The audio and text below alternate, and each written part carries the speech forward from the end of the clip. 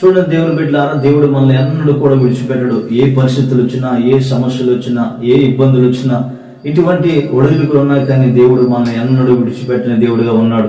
ఈ రోజు మనం దేవుని సన్నిధిలో మనం ఉండగలిగామంటే కేవలం దేవుడు మనతో ఉన్నాడు కనుకనే.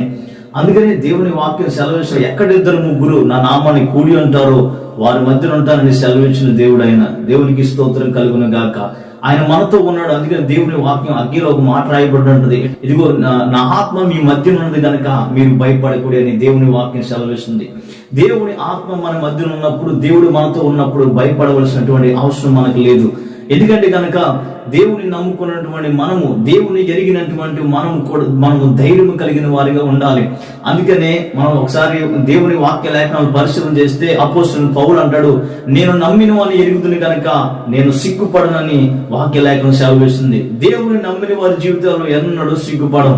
జీవితాలు అనుకుంటాం, ఈ రోజు నాకు సిగ్గేసింది, నేను అవమానపడ్డాను, నేను వెనకైపోయాను అని ఎన్నో పరిస్థితులు ఎదురవుతూ ఉంటాయి. అయితే మనం నమ్మిన వారిని ఎరిగి ఉంటే కనుక మనం సిగ్గుపడవలసిన అవసరం లేదు. అందుకే నీతిమంతుడు విశ్వాసం మూలంగా ఉంటాడని వాక్యం సెలవు. కీర్తన గ్రంథము 34వ అధ్యాయం 19వ వచనం మనం చూడగలిగితే ఇక్కడ దేవుని వాక్యం చెప్తుంది, నీతిమంతునికి కలుగు ఆపదలు అనేకములని రాయబడి ఉంది. దేవునికి స్తోత్రం కలుగును గాక. నీతిమంతునికి కలిగినటువంటి ఆపదలు అనేకములని బైబిల్ గ్రంథం చెప్తుంది. ఎవరు నీతిమంతులని మనం ఆలోచన చేస్తే 1 యోహాను పత్రిక 3వ అధ్యాయము 7వ వచనం మనం చూస్తే కనుక, చిన్నపిల్లారా ఎవరిని మిమ్మును మోసపరచుని ఆయన నీతిమంతుడై ఉన్నట్టు నీతిని జరిగించు ప్రతి వాడును నీతిమంతుడు అని వాక్యం అంటుంది. ఏమిటంట, ఎవరు నీతిమంతుడంట? నీతిని జరిగించు ప్రతి వాడు నీతిమంతుడు. హల్లెలూయా, దేవునికి స్తోత్రం. నీతి మనలో లేకపోతే కనుక మనం నీతిమంతులు కాలేమండి. దేవునికి స్తోత్రం. అనుకుంటాం యేసు రక్తంలో కడగబడిన మనము నీతిమంతులు అనుకుంటున్నాం. ఓకే, యేసు రక్తంలో కడగబడిన నీవు నీతిమంతుడివే. అయితే కడగబడిన తర్వాత మన జీవితం ఎలాగుంది, మన ప్రవర్తన ఎలాగుంది, మన క్రియలు ఎలాగున్నాయి, మనం పరిశీలన చేసుకునవలసిన వారిగా మనం ఉన్నాం. ఈ రోజున మనం యేసు రక్తంలో కడగబడినంత మాత్రాన, మనం నమ్మి బాప్తిసం పొందినంత మాత్రాన మన క్రియలు సరి లేకపోతే, మన పరువు సరి లేకపోతే మనం నీతిమంతులుగా తీర్చబడలేం. ఎందుకంటే దేవుని బిడ్డలారా, మన ఇద్దరు వ్యక్తులు మనం చూస్తున్నాం. దేవుని యొద్దకు వచ్చినప్పుడు వారు ప్రార్థన చేస్తున్నారు. ఒకడు పరిశీడు, ఒకడు సుంకరి. ఒకడు పరిశీడు, ఒకడు సుంకరి ప్రార్థన చేసినప్పుడు మనకు తెలుసు బాగానే. పరిశుద్ధ ప్రార్థన ఎలా ఉందో మనకు తెలుసు, సుంకరి ప్రార్థన కూడా ఎలా ఉందో మనకు తెలుసు. అనేక సందర్భాలు మనం వింటూనే ఉంటాం ఈ మాటలు. అయితే కనుక ఏమంటాడు తెలుసు మనకి? ఏమంటాడు? వారానికి ఉపవాసం అని అంటాడు, దశమ భాగం ఇస్తున్నాను అంటాడు, ఇదిగో నేను వీడిలాగా నేను లేను అంటాడు. అయితే మనం ఇంకో వ్యక్తిని మనం చూస్తున్నాం, సుంకరి దూరముగా ఉండి ఏమంటాడు తెలుసా? రొమ్ము కొట్టుకుని ఏడుస్తున్నాడు. వాళ్ళ హృదయం ఏమంటుంది తెలుసా?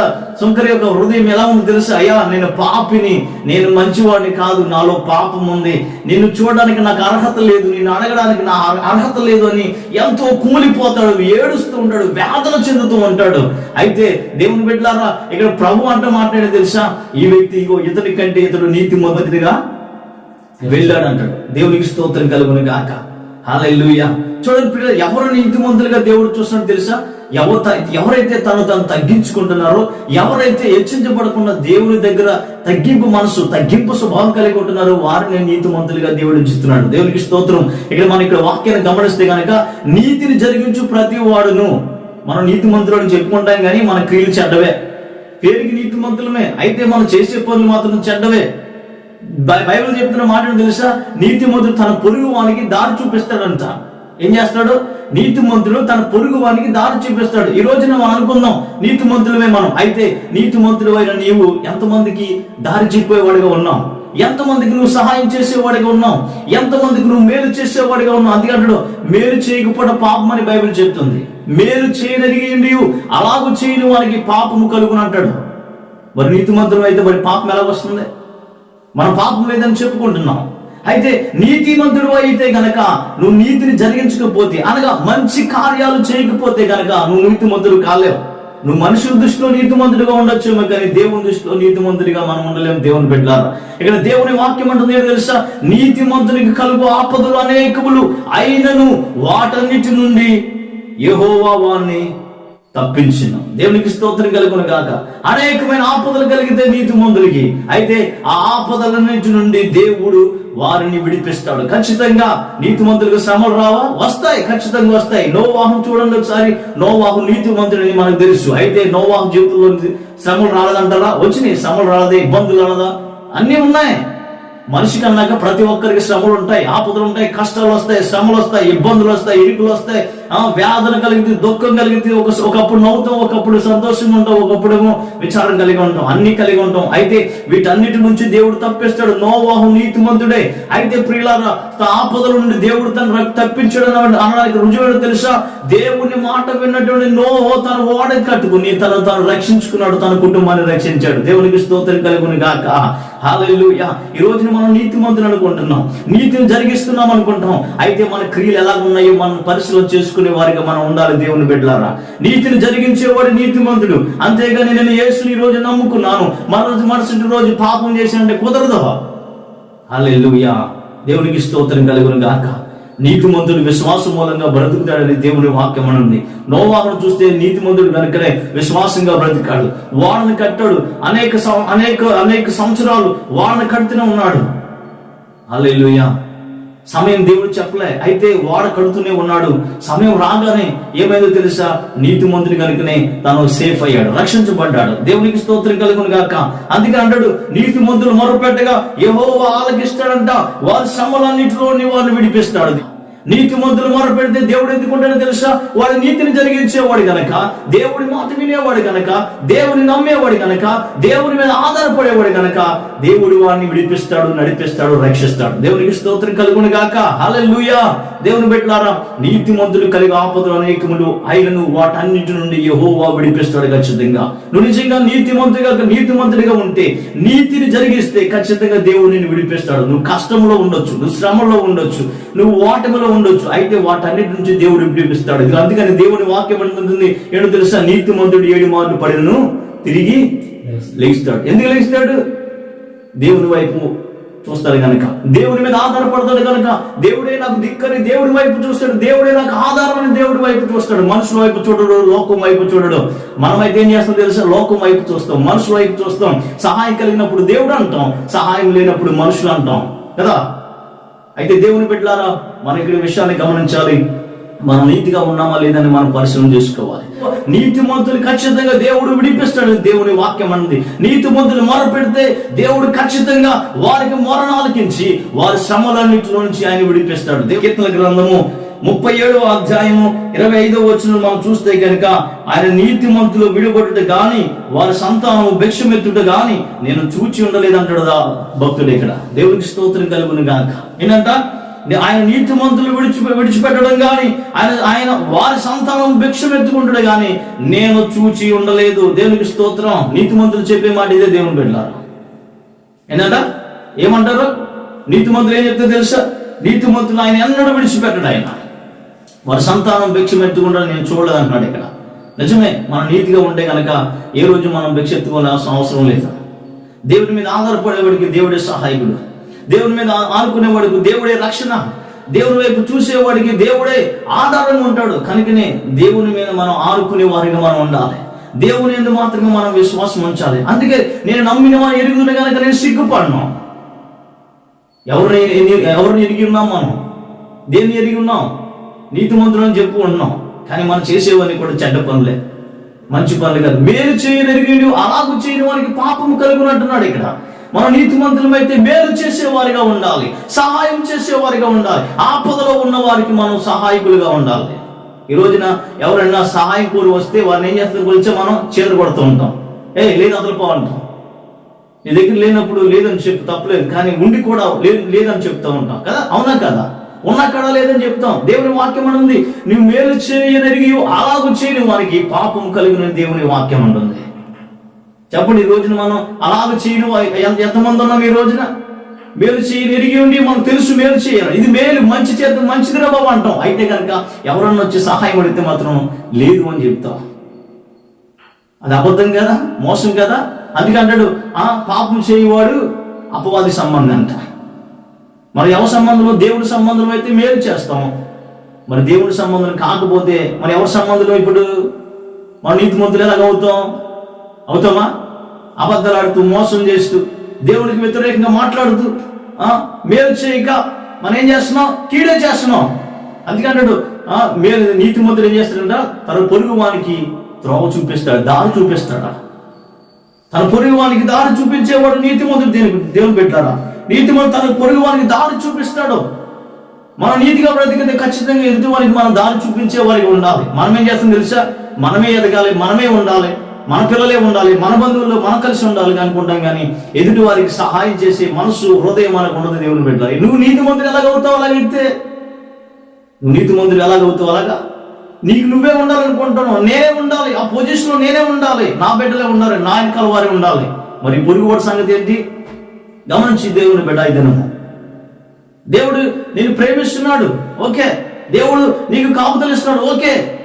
దేవుడు నీకు రక్షణ ఇచ్చాడు, మంచిది.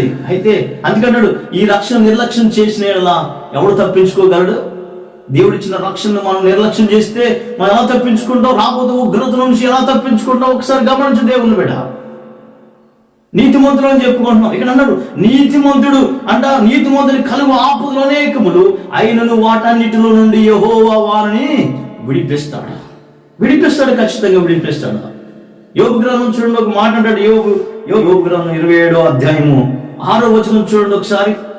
యోబు గ్రంథం 27వ అధ్యాయము 6వ వచనం చూడండి. ఇక్కడ యోబు ఏం మాట్లాడుతుంది? ఇక్కడ నా నీతిని విడువగా గట్టిగా పట్టుకుందును, నా ప్రవర్తిని అంతటి విషయంలో నా హృదయం నన్ను నిందింపుతుంటాడు. ఇక్కడ దేవునికి స్తోత్రం. యోబు చూడండి దేవుని బిడ్డలారా, దేవుని చేత సాక్ష్యం పొందినట్టు యోబు, ఇదిగో నీతిమంతుడని దేవుని చేత చెప్పించుకున్న వ్యక్తి యోబు. ఏ దుష్కార్యం చేయనటువంటి వ్యక్తి యోబు అంటాడు. ఇక్కడ ఆ యోబు పలుకుతున్న మాట ఏంటో తెలుసా? నా నీతిని విడువక గట్టిగా పట్టుకుంటాను, నా నీతిని పట్టుకుంటాను అంటున్నాడు. ఇక్కడ ఎటువంటి శ్రమలు వచ్చినాయి, ఆపదలు వచ్చినాయి, కష్టాలు వచ్చినాయి, ఇబ్బందులు కలిగినాయి, కుటుంబం నాశనం అయిపోయింది, చల్లాచెదురైపోయింది, అన్ని కోల్పోయాడు. కానీ యోబు అంటున్న మాట ఏంటో తెలుసా? నీతిని పట్టుకుంటున్నాడు, మంచిని పట్టుకుంటున్నాడు. ఈరోజు మనం అలా ఉన్నామా? ఆలోచించండి ఒకసారి. ఆ స్థితిలో మనం ఉన్నామా? నీతిని పట్టుకునే వారిగా మనం ఉన్నామా? నీతిని విడిచిపెట్టే వారిగా మనం ఉన్నామా? మంచిని చేసేవారిగా ఉన్నామా? చెడుని చేసేవారిగా ఉన్నామా? ఒకసారి మనం గమనించవలసిన వారమై ఉన్నాం. ఈ రోజున దేవుడు మనందరితో మాట్లాడుతున్న మాట, దేవుడు నీతో మాట్లాడుతున్న మాట, నీతిని గట్టిగా పట్టుకో, నీతిని విడిచిపెట్టుకో. ఎటువంటి పరిస్థితి వచ్చినా నీతిని విడిచిపెట్టకు. యోబు నీతి విడిచిపెట్టలే. ఆపదలు వచ్చాయని, శ్రమలు వచ్చాయని, ఇబ్బందులు వచ్చాయని, కొడుకులు పోయాయని, ఆస్తి పోయిందని, గొర్రెలు గోదలు గెడ్లు అన్నీ పోయినని కుమిలిపోయిననుకున్నావా? వాటి గురించి బాధపడలే. వాటి గురించి ఏం బాధపడలే యోబు. పోయిన వాటి గురించి బాధపడలే. దేవుని వైపు చూస్తున్నాడు యోబు. నా నీతిని విడవక నేను గట్టిగా పట్టుకుంటాను. ఏం పట్టుకుంటాను? నీతిని అనగా మంచిని పట్టుకుంటాను, న్యాయాన్ని పట్టుకుంటాను, ధర్మాన్ని పట్టుకుంటాను. ఈరోజు నీతిమంతులని చెప్పుకుంటాం, నీతి ఉండదు మనలో, మంచి పనులు ఉండవు, ఒకరు మేలు చెయ్యం, ఎదుటివాడికి ఎప్పుడు కీడు చేయాలని ఆలోచన చేస్తూ ఉంటాం, ఎదుటివాడు పోతే బాగుంటుంది అనుకుంటాం, ఎదుటివాడు ఓడిపోతే చాలా నవ్వుకుంటాం, పొరుగువాడు ఏదైనా జరిగితే మాత్రం సంకలు కొట్టుకుంటాం. కానీ దేవుని పెట్టారా? మరి నీతిమంతుడు చేసే పనులు తెలుసా? మంచి చేస్తాడా, మేలు చేస్తాడు, తన పొరుగు వానికి దారి చూపిస్తాడు, ఒక మంచి మార్గం నడిపిస్తాడు. నిజంగా మన యోబు మన నీతిమంతుడు కనుక అంటాడు, నా నీతిని విడిచిపెట్టను, నేను గట్టిగా పట్టుకుంటాను. ఎక్కడ అంటాడు? నీతిని గట్టిగా పట్టుకుందును, నా ప్రవర్తన అంతటిలో నా హృదయము నన్ను నిందింపదు. చూడండి, ఆయన హృదయము నిందించట్లే, అవమానపరచట్లే. ఆయన హృదయం గట్టిగా ఉంది, నిబ్బరంగా ఉంది, బలంగా ఉంది. అందుకే అంటాడు, నా కుమారుడా నీవు నా మాటలు గట్టిగా పట్టుకోను అంటాడు. ఇక్కడ యోబు కూడా దేవుని యొక్క మాటను గట్టిగా పట్టుకున్నాడు. ఇక్కడ తన హృదయం నిందించట్లేదు, తన అవమానపరచట్లేదు, తను సిగ్గేయట్లేదు. అన్ని పోయినా కానీ సిగ్గేయట్లేదు. తన స్నేహితులు అవమానపరిచిన, తన భార్య అవమానపరిచిన తను మాత్రం సిగ్గుపడట్లే. ఎందుకు తెలుసా? ఆయన నమ్మిన దేవుడు గొప్పోడు కనుక. హల్లెలూయా. తన నమ్మిన దేవుడు గొప్పోడు కనుక అందుకన్నాడు, నేను నీతిని విడిచిపెట్టను, నా హృదయం అస్సలు నిందించదు. ఈ రోజున మనం పరిశీలన చేసుకుంటే మన హృదయం ఎంత ఎలా ఉంటుందో ఆలోచించేయండి. మన హృదయం ఎలా ఉంటుంది? అందుకే మన హృదయం మోసకరం ఉంది, దాన్ని గ్రహించలేము. మనం ఎప్పుడు కూడా మోసపోతే మన హృదయాన్ని బట్టి మోసపోతూ ఉంటాం. మన హృదయం ఏం చెప్తే అది మాట్లాడుతూ ఉంటాం. అందుకే హృదయం నిండి దాన్ని బట్టి నోరు మాట్లాడుతుంది. ఇక్కడ యోబు యొక్క హృదయం ఎవరితో నింపబడ్డదో తెలుసా? దేవుడు నీతితో ఉన్నాడు. అందుకని యోబును ఒకసారి మనం పరిశీలన చేసి దేవుని బిడ్డలారా, యోబు గ్రంథం 42వ అధ్యాయం 12వ వచనం మనం చూస్తే కనుక, యెహోవా యోబును మొదట ఆశీర్వదించినంత కంటే మరి అధికముగా ఆశీర్వదించినని ఉంటుంది. ఇక్కడ యోబుని మొదట ఆశీర్వదించినంత కంటే అధికముగా దేవుడు తనను ఆశీర్వదించిన కారణం ఏంటో తెలుసా? నీతిని విడిచిపెట్టలే, న్యాయాన్ని విడిచిపెట్టలే. ఈరోజు మనకి ఏమన్నా కలిగిలేవనుకో, మనం ఏం చేస్తాం తెలుసా? నీతిని విడిచిపెట్టేస్తాం, బల్ల కిందలు చేతిరిట్టేస్తాం కదా. మనకి ఏదో మన ఆలోచన చేయండి. ఒకవేళ మనం ఉన్నతమైన స్థితికి ఎదగకపోయినా, మంచి జాబ్ రాకపోయినా, మంచి ఉద్యోగం రాకపోయినా, మంచి వ్యాపారం చేయకపోయినా అడ్డదారులు వెళ్ళిపోతూ ఉంటాం. ఏదో రకంగా సంపాదించాలి, ఏదో రకంగా చేసేయాలి, ఏదో రకంగా. చూడండి, స్కూల్లోకి వెళ్తున్న పిల్లలు కూడా ఎగ్జామ్ రాసినప్పుడు ఒక దాంట్లో చూసి ఒకటి కాపీ కొడుతూ ఉంటాడు. ఏదో చేద్దాం అనుకుంటాడు, కానీ ఏ పని అవ్వదు. దేవునికి స్తోత్రం కలుగును గాక. నీతిగా ఉంటే, అందుకంటాడు, నీతిమంతునికి కలిగినది కొంచెమైనను బహుమంది భక్తిహీనుల కన్నా ధన సమృద్ధి కంటే శ్రేష్టం అంట. ఏంటంట? నీతిమంతునికి కలిగినది కొంచెమైనను అది ఎంతో శ్రేష్టమైనంట. బహుమంది భక్తిహీనుల కన్నా ధన సమృద్ధి కంటే శ్రేష్టం అంట. హల్లెలూయా, దేవునికి స్తోత్రం. అందుకని దేవుని వాక్యం సెలవిస్తుంది, ప్రియులారా, మొదట నీ స్థితి కొద్దిగా ఉండేను, తొలికి అది మహాభివృద్ధి నొందును. దేవునికి స్తోత్రం కలిగినాక మొదట నీ స్థితి కొద్దిగా ఉండేను, తొలికి అది మహాభివృద్ధి ఉండదంట. మన జీవితంలో కొద్దిగా ఉండొచ్చు, నువ్వు నీతిగా బ్రతికితే అది కొంచెమైన నీ జీవితంలో అధికముగా ఉంటది. అదే శ్రేష్టమైనది దేవుని వాక్యం సెలవిస్తుంది. దేవుని నామానికి స్తోత్రం కలుగును గాక. యోబుని ఇక్కడ చూడండి, దేవుని పెట్టారా, యోబు మొదట ఆశీర్వదించబడిన దానికంటే మరి అధికముగా ఆశీర్వదించిన దేవుడు, మరి అధికముగా దేవుడు ఆశీర్వదించాడంట. ఏ విధంగా అతను ఆశీర్వదించిన తెలుసా? అతనికంట 14,000 గొర్రెలను, 6,000 ఒంటెలను, 1000 జతల ఎడ్లను, 1000 ఆడిగాడులను కలిగి ఉన్నాడంట యోబు. దేవునికి స్తోత్రం కలుగును గాక. దేవుడు ఏ రీతిగా యోబును ఆశీర్వదించాడో ఒకసారి గమనిద్దాం. దేవుని పెట్టారా, ఈ రోజు నువ్వు నీతిమంతుడిగా ఉన్నావు, నీతిగా బ్రతికావని అనేక కష్టాలు వస్తున్నాయని, శ్రమలు వస్తున్నాయని, ఆపదలు వస్తున్నాయని కుంగిపోతున్నావా? దయచేసి ఈ రోజు నా జ్ఞాపకం చేసుకో. నువ్వు నీతిగా బ్రతికితే అది కొంచెమైనను బహుమంది సమృద్ధి కంటే అది శ్రేష్టమైనది. బహుమంది భక్తిహీనుల ధన సమృద్ధి కంటే అది శ్రేష్టమైనది దేవుని వాక్యం సెలవిస్తుంది. నీతిగా బ్రతుకు, న్యాయంగా ఉండు, మేలు చేస్తా ఉండు. నీతిగా బ్రతికిన వాడే దేవుని యొక్క రాజ్యంలో ప్రవేశించగలుగుతాడు. దేవుని బిడ్డలారా, ఈ రోజు మనం గమనిద్దాం దేవుని వాక్యాన్ని. దేవుని బిడ్డలారా, దేవుడు ఏ రీతిగా యోబుని ఆశీర్వదించాడో మనం చూస్తే, ఆయన నీతిని విడిచిపెట్టలే, గట్టిగా పట్టుకున్నాడు. తన హృదయం తనను నిందించట్లేదు. అందు చేసిన పనికి తన హృదయం నిందించట్లేదు. కనుకనే ఈ 42వ అధ్యాయం 12వ వచనం చూస్తే కనుక దేవుడు దాన్ని బహుగా ఆశీర్వదించినంట. ఆదికాండం 24వ అధ్యాయం 35వ వచనం చూస్తే ఇక్కడ దేవుని వాక్యం అంటుంది, యెహోవా నా యజమాని బహుగా ఆశీర్వదించును కనుక అతనికి గొర్రెలను, గొడ్లను, వెండి బంగారములు, దాసి జనమును, ఒంటెలను, గాడిదలను దయచేసిన. ఇక్కడ తన దాసుని అంటాడు. ఇక్కడ దేవునికి యెహోవా నా యజమాని బహుగా ఆశీర్వదించును కనుక అతనికి గొర్రెలను, గొడ్లను, వెండి బంగారములు, దాసి జనమును, ఒంటెలను, గాడిదలను దయచేస్తుంది. ఇక్కడ తన దాసుడు లాభంతో అంటాడు. ఇక్కడ దేవునికి స్తోత్రం. ఎందుకు అబ్రహాముకు దేవుడు ఈ రీతిగా ఆశీర్వదించాడంటే ఆయన నీతిగా ఉన్నాడు కనుక, దేవుని నమ్మినవాడు కనుకనే. దేవుని అమ్మకి స్తోత్రం కలుగును గాక. నిజమే, మన జీవితంలో ఎటువంటి ఆపదలు వచ్చినా, శ్రమలు వచ్చినా మనం దేవుని మీద ఆధారపడగలిగితే, దేవుని మనం నమ్ముకోగలిగితే, దేవుని వైపు మనం చూడగలిగితే, దేవుని బిడ్డలారా, దేవుడు ఖచ్చితంగా నీతిమంతులు పడిపోకుండా లేవగలిగిన దేవుడు. ఆయన విడిపించగలిగిన దేవుడు, నడిపించగలిగిన దేవుడు. నువ్వు నదుల్లో పడి వెళ్ళిపోయినా, అగ్నిలో పడి వెళ్ళిపోయిన దేవుడు నీకు తోడుగా ఉంటాడు. దేవునికి స్తోత్రం కలుగును గాక. నువ్వు ఎడారిలో వెళుతున్నా గానీ ఎడారి మార్గంలో దేవుడు నీకు తోడైండి, నిన్ను నడిపిస్తూ నీకు సహాయం చేస్తాడు. యాకోబుకు తోడైన దేవుడు నీకు తోడై ఉన్నాడు. దేవునికి స్తోత్రం కలుగును గాక. ఆధారపడవద్దు, చింతపడవద్దు, బాధపడవద్దు, దుఃఖపడవద్దు. దేవుని వైపు నమ్మిక ఉంచి, దేవుని నమ్ము, దేవుని మీద ఆధారపడు, నీతిగా బ్రతుకు, మేలు చేయడం నేర్చుకో. మేలు చేస్తే నీకు దీవెనకరం. దేవునికి స్తోత్రం కలుగును గాక. మన నీతిమంతుడు ఏం చేస్తాడంట? తన పొరుగు వానికి దారి చూపించే వ్యక్తిగా ఉంటాడు. నీతిమంతుడు ఎప్పుడు కూడా తన పొరుగు వానికి సహాయం చేసే వ్యక్తిగా ఉంటాడు. నీతిమంతుడు ఎప్పుడు కూడా బలహీనమైన వాడిని బలపరిచేవాడిగా ఉంటాడు.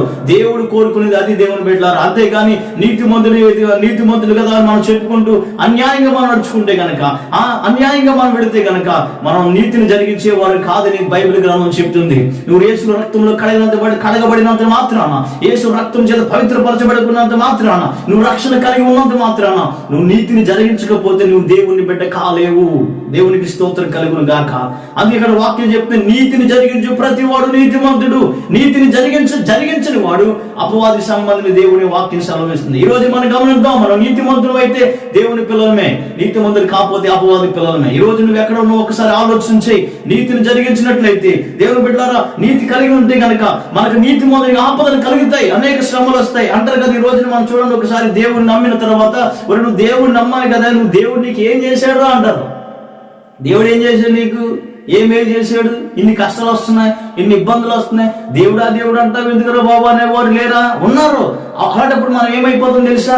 అయ్యో నా పక్కోడు వచ్చి అలాగన్నాడు, ఇలాగన్నాడు అని మనం ఏమైపోతుంది తెలుసా? ఏమవుతాం? మనం కృంగిపోతాం, నిరుత్సాహపడిపోతాం. దేవుడు నాకు ఏం చేయలేదని నన్ను, నా పొరుగు వాడు నన్ను ఏం చేస్తున్నాడు, పొడుస్తున్నాడు, గుచ్చుతున్నాడు, లాగుతున్నాడు అంటాం. అయితే వాడి మాట అంటాం కానీ దేవుడి మాట వినం మనం. దేవుడు ఏం చెప్పాడో మనకు అవసరంలే. దేవుడు వాగ్దానం మనం తోడై ఉన్నానని చెప్పిన దేవుడు మర్చిపోతాం. ఇజ్రాయేల్ ప్రజలా మర్చిపోతాం మనం. దేవుడు ఏం చేసాడు నాకు ఒకసారి జ్ఞాపకం చేసి ఒకసారి వెనకాల గిద్దెను కూడా అంటాడు, అయ్యా ఇదిగో నేను నీకు తోడై ఉన్నాను అని అంటున్నావు. నేను ఎక్కడున్నా ఏంటంటే నువ్వు మాకు తోడై ఉంటే కనుక మా పరిస్థితి ఎందుకు ఇది, మాకెందుకు వచ్చిన పరిస్థితి ఇది? మా పితరులు చెప్పారు కదా, దేవుడి కార్యం చేశాడు, దేవుడి అద్భుతాలు చేశాడు అని చెప్పుకొచ్చారు. అయితే ఆ వాటిని బట్టి మేము నమ్ముకున్నాం. అయితే ఇప్పుడు ఏం జరిగింది? ఇప్పుడు విద్యార్థులకి మమ్మల్ని అప్పగం చేసావు, మా పరిస్థితి ఏంటి, మా దిక్కేంటి, మా పరిస్థితి అంటున్నాడు గిద్యోను కదా. మనం కూడా అలాగే ఏమంటూ ఉంటాం, నేను నీతిగా బ్రతుకాను, దేవుడిని నమ్ముకున్నాను, ఎందుకు వచ్చింది నాకు కష్టాలు, ఎందుకు వచ్చింది నాకు శ్రమలు, ఎందుకు వచ్చింది నాకు ఇబ్బందులు, నా పక్క వాళ్ళు ఎలాగంటాను, నా పొరుగు వాళ్ళు ఎలాగంటాను, నా స్నేహితులు ఎలాగంటారు, నేను అవమానపడుతున్నాను, నా ఉద్యోగం చేసే కాదు నా పని వారు ఎలాగంటున్నారు, ఎందుకు వచ్చిన జీవితంలో అంటాం. భయపడక, దిగులు పడక, నమ్మికించి దేవుని మీద ఆధారం, నీతిగా నిలబడు. నీతిమంతుడు విశ్వాసంగా ఉంటాడంటే ఏంటనుకున్నాం? నీతిమంతుడు కలిగిన ఆపదలు అనేక వాటన్నిటి నుంచి దేవుడు విడిపిస్తాడు. ఓపిక ఉండాలి, ఓపిక పట్టిన ఉండాలి. తొందరపడి నిర్ణయాలు తీసుకోవద్దు. దయచేసి తొందరపాటు నిర్ణయాలు తీసుకుని వెళ్ళిపోతే కనుక నీ జీవితం ఏదో దారిలో వెళ్ళిపోతుంది. ఏ దారి వెళ్తుంది నీకు గమ్యం లేని దారి వెళ్ళిపోతాను. అందుకనే యేసు ప్రభు చెప్తున్నాడు, నేనే మార్గాన్ని, సత్యాన్ని, జీవాన్ని, నా ద్వారానే తప్ప వేరొక దారిలో రాలేరు అబ్బాయి, అమ్మా, వేరొక దారిలో రాలేవు. నీతిలోనే ఉంటేనే, నీతిని పట్టుకుంటేనే, నీతిమంతుడి దగ్గరికి రాగలిగితేనే, నీతి చేత నడిపించబడగలిగితేనే నువ్వు అన్ని చేయగలుగుతావు. దేవుని మార్గాల్లో ఉండగలిగితేనే. దేవునికి స్తోత్రం కలుగును గాక. చివరిగా దేవుని బిడ్డలకు వాక్యం చూద్దాం. 107:38 మనం చూస్తే కనుక, మరియు ఆయన వారిని ఆశీర్వదింపుగా వారు అధికముగా సంతానాభివృద్ధి నొందిరి ఆయన వారి పశువులను తగ్గిపోనీయలేదు అన్నాడు ఇక్కడ. దేవునికి స్తోత్రం కలుగును గాక. నీతిమంతుల జీవితాలు మనం చూస్తే ఆయన వారిని ఆశీర్వదింపుగా వారు అధికముగా సంతానాభివృద్ధి నొందిరి అంటారు ఇక్కడ. నీతిమంతుల జీవితంలో సంతానాభివృద్ధి కలిగి ఉంటాడంట. వారు ఇప్పుడు ఏంటంటే ఆయన వారి పశువులు తగ్గింపనివ్వలేదంట. పశువులు తగ్గిపోలేదంట అక్కడ. మన జీవితంలో ఏది తగ్గిపోదు దేవుడు నమ్ముకుంటే. అందుకని ఆయన ఆశ్రయించినట్టు ధన్యుడు. ఆయన ఏ మేలు చేయక మానడు. ఆయన ఆశ్రయించే వారికి ఏ మేలు కొదువై ఉండదు. సింహపిల్లుడు ఆకలి కలిగి ఉంటాయేమో కానీ ఆయన ఆశ్రయించినట్టు ధన్యుడు అంటాడు ఇక్కడ. దేవునికి స్తోత్రం కలుగును గాక.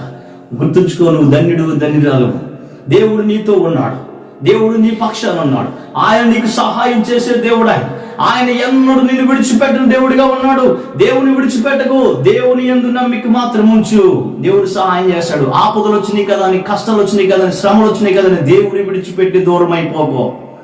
దేవుని యందు నమ్మికించు. ఆయన ఆపదలన్నిటి నుంచి విడిపించి నిన్ను రక్షించగలిగిన దేవుడు. నీకు తోడైండి, నిన్ను వెన్నంటి ఉండి నిన్ను సంరక్షించి కాపాడగలిగిన దేవుడు ఆయన.